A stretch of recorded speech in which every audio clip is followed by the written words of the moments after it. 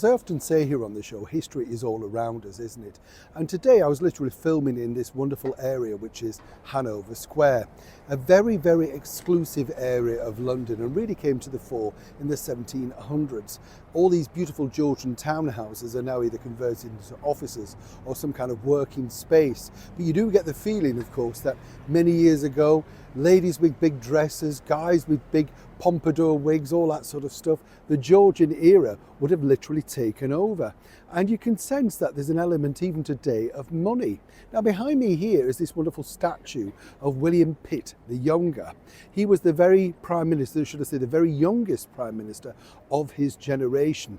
And like a lot of Prime Ministers, you know, particularly on this week that we're undergoing another election for our next British Prime Minister, well, you know, nothing really changes. Apparently, William Pitt the Younger didn't necessarily see eye to eye with none other than the monarch of the time, King George. Nothing really changes, does it, when you think? Allegedly, of course, this week we could have Sir Keir Starmer, if you believe the polls, and he was no fan of the British royalty, said so on camera. So when you think about this particular statue here, it comes as no surprise, and history repeated itself, that on the day that they put it up, the Reform group tried to pull it down because they didn't want it, they didn't believe in it, and they thought it was ludicrous. See, nothing really changes. It's a little bit like this other story earlier this year. Do you remember this particular picture of course, our wonderful and beautiful Catherine, Princess of Wales? It was on the front cover of a glossy magazine called Tatler. Yes. Well, just in this corner over here is now what is the remnant of the headquarters of Condé Nast Vogue.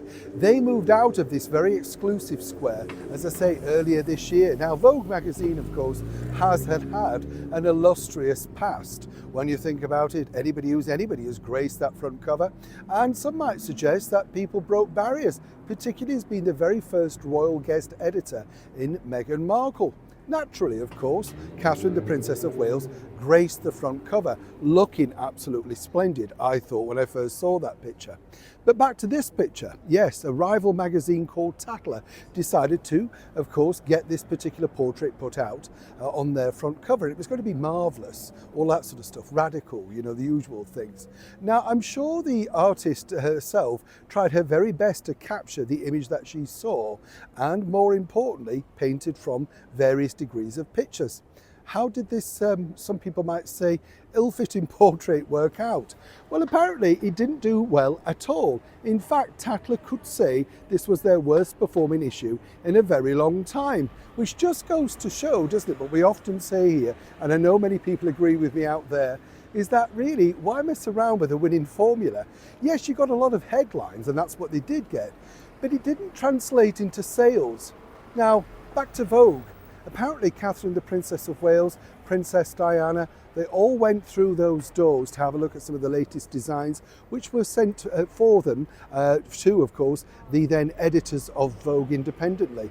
Amazing to think, isn't it, that Diana sort of stormed the corridors looking for new looks, of course, that were going to enchant the rest of the world. And Catherine followed suit a few years later, the full circle. And even like this statue of William Pitt the Younger that tried to be pulled down on the very first day, or in fact Vogue, which seemingly now their offices are out of fashion. They've moved somewhere younger, cheaper, more importantly, and trendier. History's just all there, waiting to be rediscovered. You agree? Neil Sean in the very heart of London.